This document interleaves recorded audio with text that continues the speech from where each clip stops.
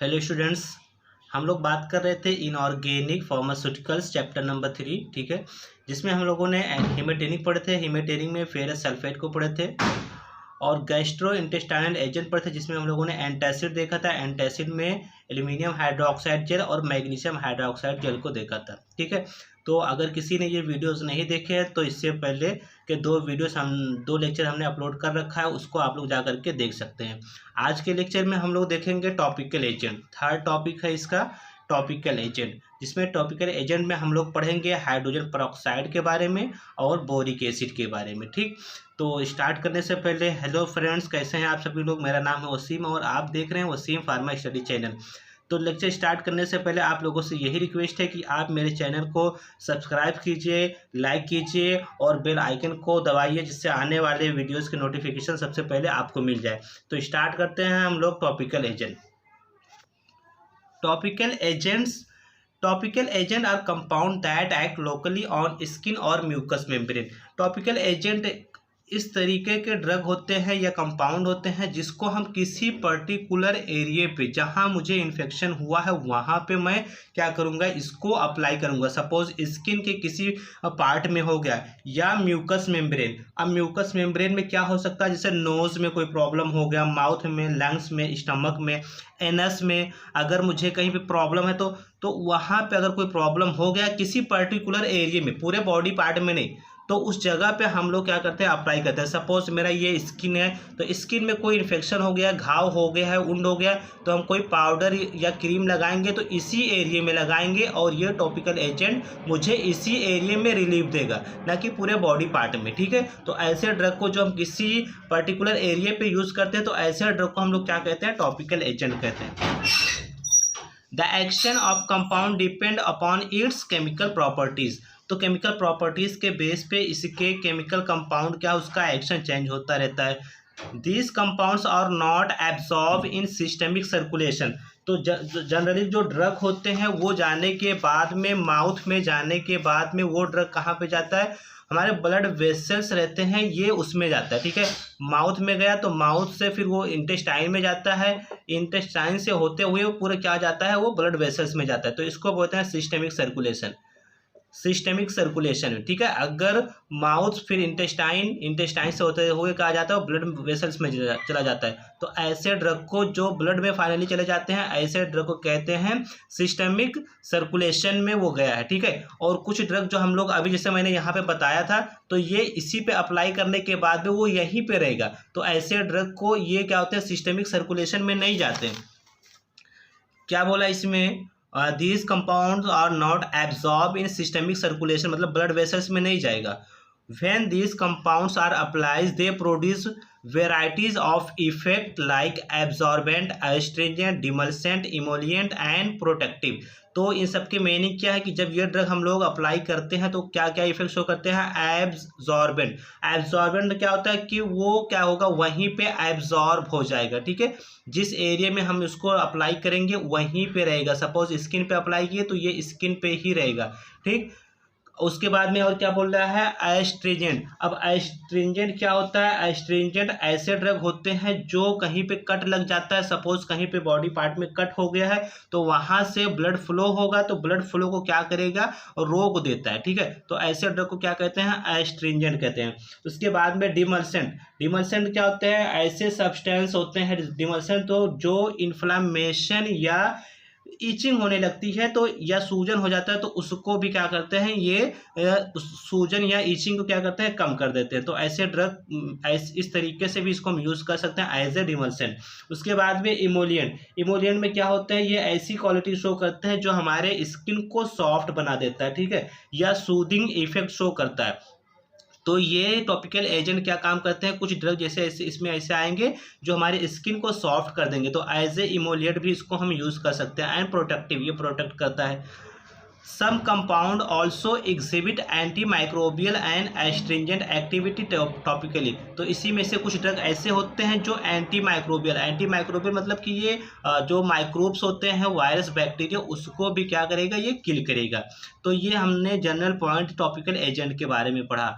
अब topical agent क्या होते हैं कि इसमें इसको क्लासीफाई किया गया है। नंबर 1 प्रोटेक्टिव एंड एड्सॉर्बेंट, इसमें 4 क्लासेस होते हैं। प्रोटेक्टिव नंबर 1 आता है, जिसमें हम लोग क्या पढ़ेंगे, जिंक ऑक्साइड इसका एग्जाम्पल है, कैलामाइन है और टाइटेनियम डाइऑक्साइड है। दूसरा क्या आता है, anti microbial agent. Anti microbial agent क्या होते हैं, इसमें कौन कौन से आते हैं, जो माइक्रोब्स को किल करेंगे उनको हम कहेंगे एंटी माइक्रोबियल एजेंट, जैसे हाइड्रोजन पेरोक्साइड और बोरिक एसिड, और इसमें पोटेशियम परमैंगनेट, क्लोरीनेटेड लाइम जिसको हम लोग ब्लीचिंग पाउडर कहते हैं, और सिल्वर नाइट्रेट, क्लोरहेक्सिडिन, ये सब क्या है, एंटी माइक्रोबियल हैं, इनका हम यूज़ करते हैं माइक्रोब्स को किल करने के लिए। थर्ड इसमें ग्रुप आता है, वो क्या है, एस्ट्रिंजेंट। एस्ट्रिंजेंट में क्या आता है, एल्यूमिनियम जिंक सल्फेट आता है। और फोर्थ इसमें आता है सल्फेट एंड इट्स कंपाउंड, जिसको मिसलेनियस भी ग्रुप में रखा गया है। कभी कभी इसको मिसलेनियस में किसी किसी बुक में मिलता है, किसी किसी बुक में इसको सल्फेट करके एग्जाम्पल दिया हुआ इसका। तो इसमें सब लाइम्ड सल्फर और प्रिसिपिटेटेड सल्फर और सिलेनियम सल्फाइड, ये इसके हो गए क्लासिफिकेशन। अब हम लोग पढ़ेंगे इसमें जो मोस्ट इंपॉर्टेंट है वो क्या है, एंटी माइक्रोबियल। तो हम लोग एंटी माइक्रोबियल का डेफिनेशन देखेंगे और इसके एग्जाम्पल्स को, हाइड्रोजन पेरोक्साइड, बोरिक एसिड को डिटेल में देखेंगे। एंटी माइक्रोबियल एजेंट ये क्या होते हैं, these agents are inhibiting the growth of bacteria और किल द माइक्रो ऑर्गेनिज्म। ये ऐसे ड्रग्स होते हैं जो किसी वायरस या बैक्टीरिया या पैथोजन के ग्रोथ को रोकेगा या फिर उसको क्या करेगा, किल कर देगा। ये क्या होते हैं कि अगर कोई बैक्टीरिया आ गया है, कोई पैथोजन है, तो इसके ग्रोथ को मुझे रोकना है। अगर कोई बैक्टीरिया बॉडी के अंदर इंटर कर जाता है तो वो एक आया, 1 से 2 हुआ, 2 से 4 होगा, इस तरीके से क्या करेगा, वो नंबर में बढ़ता रहता है, ठीक है। उसके बाद में तो इसके ग्रोथ को मुझे क्या करना है, रोकना है। मतलब कोई बैक्टीरिया आता है, वो 2 बनता है, 4 बनता है, 8 बनता है, 16 बनता है, 32, ऐसे वो क्या होता है, मल्टीप्लाई करता रहता है। तो ये जब हम एंटी माइक्रोबियल एजेंट यूज़ करेंगे तो क्या करेगा, these agents are inhibiting the growth, क्या करेगा, इसके ग्रोथ को रोक देगा। और क्या करेगा, या फिर क्या कर सकता है, किल कर सकता है। या तो इसके ग्रोथ को रोको या फिर क्या करो, इसको किल कर दो। किसी से मुझे बचना है, कोई मेरा एनिमी है, तो हम क्या करेंगे, उसके ग्रोथ को रोकना है तो क्या करेंगे, उसको मार के तोड़ देंगे उसका हाथ पैर, या फिर क्या करेंगे, उसको जान से मार देंगे, किल द माइक्रो ऑर्गेनिज्म। तो इस तरीके से ये माइक्रो ऑर्गेनिज्म है, तो इसके हाथ पैर को तोड़ दो तो ये ग्रो नहीं करेगा। कहने का मतलब है कि इसके ग्रोथ को रोक दो। दूसरा क्या है कि इसको जान से मार दो, इसको किल कर दो। तो इस तरीके से हमारे जो एंटी माइक्रोबियल होते हैं वो 2 तरीके से काम करते हैं। इसमें कौन कौन से आते हैं, जो हम ऑलरेडी हम लोगों ने देख चुके हैं, हाइड्रोजन पेरोक्साइड आता है, बोरिक एसिड आता है, bleaching powder, potassium permanganate, iodine है और बहुत सारे हैं, ठीक है। तो इसमें हम लोग सिर्फ ज़्यादा जो इम्पॉर्टेंट है अभी हम लोग के लिए वो हाइड्रोजन पेरोक्साइड है, उसको देखते हैं। तो हाइड्रोजन पेरोक्साइड का केमिकल फार्मूला क्या होता है, H2O2, और मॉलिक्यूलर फार्मूला जब इसका निकालेंगे तो ये 34 आएगा। अब 34 कैसे आएगा, ऑक्सीजन का कितना होता है, एक ऑक्सीजन का 16 होता है, तो 2 ऑक्सीजन है, तो 2 ऑक्सीजन मिला करके 30 कितना हो गया, 32 हो गया। और 2 हाइड्रोजन है और 2 हाइड्रोजन क्या हो गया, 2 तो कितना हो गया टोटल 34। तो इस तरीके से क्या होते हैं कि ये 34 आ जाता है, ठीक है, मॉलिक्यूलर वेट। प्रिपरेशन की बात करेंगे तो इसको हम बनाते हैं बेरियम पेरोक्साइड यूज़ करके, हम लोग हाइड्रोजन पेरोक्साइड बनाते हैं, प्रिपरेशन करते हैं। तो इसमें हम क्या करते हैं, सबसे पहले बेरियम पेरोक्साइड लेते हैं और उस बेरियम पेरोक्साइड को सल्फ्यूरिक एसिड के साथ में रिएक्शन कराते हैं। फिर से सुनिए, बेरियम पेरोक्साइड लेंगे, उस बेरियम पेरोक्साइड को सल्फ्यूरिक एसिड के साथ में रिएक्शन कराते हैं, ठीक है। जैसे यहाँ पे मैंने रिएक्शन लिख रखा है कि बेरियम पेरोक्साइड, BaO2 को बोलते हैं बेरियम पेरोक्साइड। इस बेरियम पेरोक्साइड को हम लोग सल्फ्यूरिक एसिड के साथ में रिएक्शन करा देंगे और क्या बन जाएगा, बेरियम सल्फेट और H2O2 हमें चाहिए था, H2O2 हमारा H2O2 बन गया। इसमें हुआ कैसे कि ये BaSO4 एक साथ आ गया और H2O2 ये दोनों एक साथ आ गए, H2O2 एक साथ आ गया और BaSO4। तो इस तरीके से हमारा क्या बन गया, हाइड्रोजन पेरोक्साइड H2O2 बन गया, ठीक। अब इसकी प्रॉपर्टीज़ की बात करेंगे तो ये कैसा रहता है, hydrogen peroxide is a colourless and odourless liquid है और ये कैसा होता है, स्लाइटली एसिडिक होता है और इसमें कैसा रहता है, it is easily decompose into H2O and oxygen. ये क्या होता है, अगर इसको हम थोड़ा सा केमिकल या हीट देंगे तो क्या होता है, ये H2O और ऑक्सीजन में क्या होता है, ब्रेक हो जाता है। ठीक है, तो इस तरीके से ये इसकी प्रॉपर्टीज हो गई। अब हम बात करेंगे हाइड्रोजन पेरोक्साइड के एस्से के बारे में। तो हाइड्रोजन पेरोक्साइड का एस्से हम लोग कैसे डिफाइन करते हैं, इसमें क्या करते हैं, हाइड्रोजन पेरोक्साइड लेते हैं, उस हाइड्रोजन पेरोक्साइड को हम लोग सल्फ्यूरिक एसिड के साथ में मिक्स करते हैं। ठीक है, और उस सल्फ्यूरिक एसिड में हम लोग क्या ऐड करते हैं, पोटेशियम परमैंगनेट। ये 3 केमिकल मुझे याद रखना है। हाइड्रोजन पेरोक्साइड लेंगे, हाइड्रोजन पेरोक्साइड को सल्फ्यूरिक एसिड के साथ में मिक्स करेंगे और उसके बाद में उसमें पोटेशियम परमैंगनेट हम लोग ऐड करते हैं। जैसे कि यहाँ पे केमिकल फार्मूला क्या लिखा है, इसमें यहाँ पे लिखा है कि हमने H2O2 लिया, हाइड्रोजन पेरोक्साइड लिया और उसके साथ में सल्फ्यूरिक एसिड लिया और यहाँ पे क्या लिखा है, पोटेशियम परमैंगनेट। तो ये तीनों हमें याद रखना है, hydrogen peroxide, sulphuric acid H2SO4 और पोटेशियम परमैंगनेट, जो कि ऑलरेडी यहाँ पे मैंने लिख रखा है। इन तीनों को लेने के बाद में क्या बन जाता है यहाँ पे, पोटेशियम सल्फेट। ये पोटेशियम जो है ये सल्फेट के साथ में SO4 के साथ में रिएक्शन कर जाता है। ये पोटेशियम इसके साथ में क्या होगा, SO4 के साथ में जाएगा और क्या बना लेगा, K2SO4। ऐसे सेम टू सेम ये Mn भी SO4 के साथ में आ जाता है, MnSO4 बन जाता है, मैग्नीज सल्फेट बन जाता है। बाकी का ये क्या हुआ, ये तो सिर्फ क्या हो गया, ब्रेक हो गया, H2O2 ब्रेक हो गया, किसमें, H2O और O2 को, जो कि इससे पहले भी हम लोगों ने वहाँ पे प्रॉपर्टीज में देखे थे कि इसमें हाइड्रोजन पेरोक्साइड ब्रेक हो जाता है वाटर में एंड ऑक्सीजन में। ठीक, नेक्स्ट हम लोग देखेंगे इसके स्टोरेज। तो hydrogen peroxide is preserve in light resistant container with stopper resistance to hydrogen peroxide. It is store in dark and cool place. तो इसको हम कहाँ पे स्टोर करके रखेंगे, डार्क एंड कूल प्लेस, जहाँ पे सनलाइट ना जाए, अदरवाइज क्या होगा, ये डिस्ट्रॉय हो जाएगा। यूजेस की बात करेंगे तो ये जर्मीसाइड के लिए हम इसको यूज़ कर सकते हैं। जर्मी मतलब कि जो पैथोजेंस होते हैं, बैक्टीरिया होते हैं, उसमें क्या होता है, ये यूज़ होता है। और इसके अलावा it is use for the bleaching the hair को क्या करने के लिए, ब्लीच करने के लिए हम इसका यूज़ करते हैं। और ये क्लीनिंग द एयर, अगर एयर में कोई प्रॉब्लम हो गया, कान में कोई इन्फेक्शन हो गया, तो इसके लिए भी हम इसको यूज़ करते हैं। इसके अलावा रिमूविंग द सर्जिकल ड्रेसिंग, अगर स्किन में कोई इन्फेक्शन हो गया तो वो इन्फेक्शन को हम लोग क्या करते हैं, अगर कोई प्रॉब्लम हो गया, छोटा मोटा कट हो गया, तो उसको आपने ड्रेसिंग करवा के रखा है डॉक्टर के पास, तो डॉक्टर के पास जाएंगे तो क्या करेगा, वो पहले हाइड्रोजन पेरोक्साइड यूज़ करता है, जो कि लाल और वाइट कलर का डिब्बा होता है, जैसे कि स्क्रीन पर दिख रहा होगा, इसका वो यूज़ करता है। ठीक,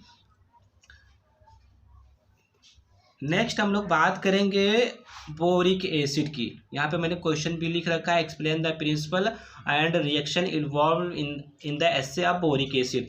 तो यहाँ पे क्या करेंगे, बोरिक एसिड क्या होता है, बोरिक एसिड का फॉर्मूला होता है H3BO3। ठीक है, इसके प्रिपरेशन की बात करेंगे तो it is prepared by adding a mixture of concentrated sulphuric acid and water. तो इसमें सल्फ्यूरिक एसिड लेते हैं और वाटर, और उनका रेशियो कितना होता है, 1:5।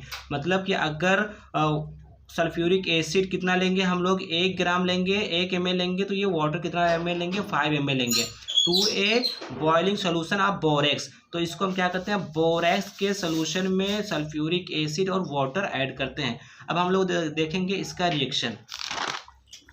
तो ये है रिएक्शन उसका सिंथेसिस का बोरिक एसिड का, जिसमें हम लोग क्या लिए हैं कि वाटर लिए हैं, सल्फ्यूरिक एसिड लिए हैं और इसमें बोरेक्स, ये क्या है Na2B4O7 को हम लोग बोलते हैं बोरेक्स। तो इसमें वाटर और H2SO4 का सोल्यूशन रहता है और इस क्या करते हैं, ये बोरेक्स को भी हम उसमें ऐड करते हैं। तो फाइनली सोल्यूशन क्या बनता है, इसमें सोडियम सल्फेट और बोरिक एसिड, Na2SO4 को हम लोग क्या बोलते हैं, सोडियम सल्फेट है, और ये क्या है, H3BO3 हमारा बनके रेडी हो जाता है। ठीक है, और उसको हम क्या करते हैं, फाइनली वॉश करते हैं, फिल्टर करते हैं और उसको हमारा बोरिक एसिड का सोल्यूशन हमें मिल जाता है। प्रॉपर्टीज़ की बात करेंगे फिर क्या है, इसको भी सेम वैसे वाइट क्रिस्टलाइन पाउडर है और स्लाइटली एसिडिक इन नेचर होता है, टेस्ट में थोड़ा बिटर रहता है। प्रिंसिपल की बात करते हैं तो बोरिक एसिड क्या है, ये वीक एसिड है, इसको हम इजीली टाइट्रेट नहीं कर सकते, इसीलिए क्या करना पड़ता है, इसमें हम लोग ग्लिसरीन ऐड करते हैं। और जब ग्लिसरीन ऐड कर देते हैं उसके बाद में क्या होता है, ये स्ट्रॉन्ग एल्केली की तरह बिहेव करने लगता है और इसमें हम लोग क्या ऐड करते हैं, फिनोल्फथालीन इंडिकेटर यूज़ करते हैं। रिएक्शन की बात करेंगे तो इसके रिएक्शन क्या है, ग्लिसरीन ये CH2OH, CHOH और CH2OH ये ग्लिसरीन है। ग्लिसरीन को हम लोग क्या लेते हैं, इसमें बोरिक एसिड लेते हैं। बोरिक एसिड का फॉर्मूला H3BO3 होता है। तो क्या है, इसमें 3 हाइड्रोजन है और एक बोरान है, फिर अगेन क्या है यहाँ पे O3, तो क्या बन गया, H3BO3 बन गया। फिर बाद में क्या बन जाता है, यहाँ पे कंपाउंड बन जाता है ग्लिसरो बोरिक एसिड बन जाता है और हाइड्रोनियम आयन H3O बन जाता है और वाटर मॉलिक्यूल बनता है। तो ये इसके एससे हो गया। एससे बहुत इंपॉर्टेंट है, हमेशा पूछता है एग्जाम में। उसके बाद में स्टोरेज, तो इसका सेम स्टोरेज वैसे रहेगा कि it should be store in well close container. Container अच्छा होना चाहिए। यूजेस की बात करेंगे तो क्या है, it is used as anti infective agent and antiseptic agent for external application. तो इसको क्या कहते हैं हम लोग, एक्सटर्नल एप्लीकेशन के लिए, कहीं पे आउटर सरफेस पे, स्किन पे, एयर में, नोज़ में कोई प्रॉब्लम है तो इसमें हम इसको अप्लाई करते हैं। इसको इंटरनली हम यूज़ नहीं करते हैं, ठीक है। यहाँ पे मैंने लिख रखा है boric acid is not mean for internal use, इसको हम इंटरनली यूज़ नहीं कर सकते हैं। इस तरीके से ये टॉपिकल एजेंट हमारा क्या हो गया, फिनिश हो गया। नेक्स्ट लेक्चर में हम लोग क्या देखेंगे, डेंटल प्रोडक्ट के बारे में देखेंगे, ठीक है। डेंटल प्रोडक्ट में हम लोग सोडियम फ्लोराइड को डिटेल में पढ़ेंगे। तो कैसा लगा आज का लेक्चर, ये आप लोग कमेंट में लिखिए और लाइक शेयर सब्सक्राइब करना ना भूलें। Thank you for watching.